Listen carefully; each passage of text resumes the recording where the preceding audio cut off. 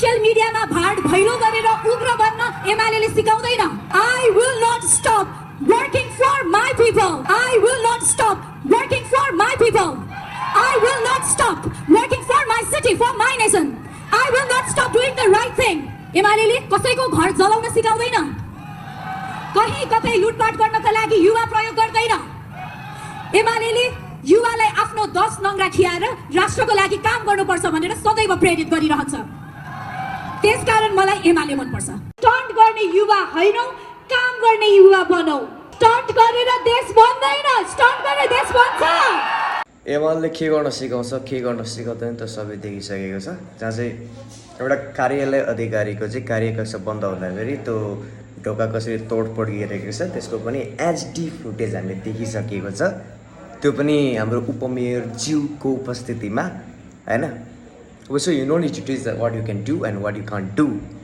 And you did also talk about that, about your people, about your nation, about your city. My question is to you is that what you do for that, what you do for your country, what you do for your city, and what you do for your people. You do anything, nothing else. Just only coming and announcing this kind of thing in front of public. That's all. The rest thing you don't anything. Just coming and talking and go, just coming and talking and go, just coming and talking and go. That's all that you have to until now. Nothing else. What you do for us. Do you do anything for your own people? You haven't do anything else until now. What you do, the things you do, only things is that all the young people from Nepal have to go out country to earn the money to survive themselves. Did you give any good job in your own country to any young people? No. If you go to the government sector or any other sector to have a good prepared job, there is no any young people. Any good people that are working over there side now. What you do for us? Nothing. You're just telling that I'll not stop working for my people. What you work for your people, you haven't worked 1% of that.